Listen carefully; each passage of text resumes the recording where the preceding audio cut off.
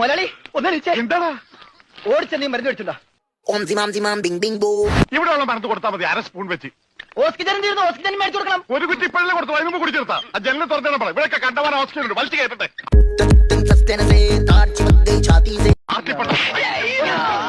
എന്നെ ചവിട്ടിട്ട് നീ കരയുന്നതാ ജോണ്ടി. ഇതെന്താണെന്ന് അറിയാമോ? ഇത് കല്ലാസ്.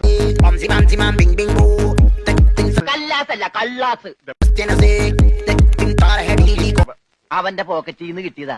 ഇവന്റെ മുഖം കണ്ടാൽ അറിഞ്ഞൂടെ ഇവൻ ചിക്കിലുള്ള വീട്ടിലെ പയ്യനാണെന്ന്. ഇവനെ രക്ഷപ്പെടുത്തിയ പകൽ ഒരു 5 ലക്ഷം രൂപ നമുക്ക് വാങ്ങിച്ചെടുത്തൂടെ? ആരോട് മേടിക്കും? അവന്റെ ഡാഡിയുടെ ഇന്ന് തന്നില്ലെങ്കിലോ? കടപ്പുറ ഇളകും, കുത്തിപ്പിടിച്ച് വാങ്ങും. ഡാഡി നിനക്കറിയാമോ? അത് മമ്മിക്ക് അറിയാലോ.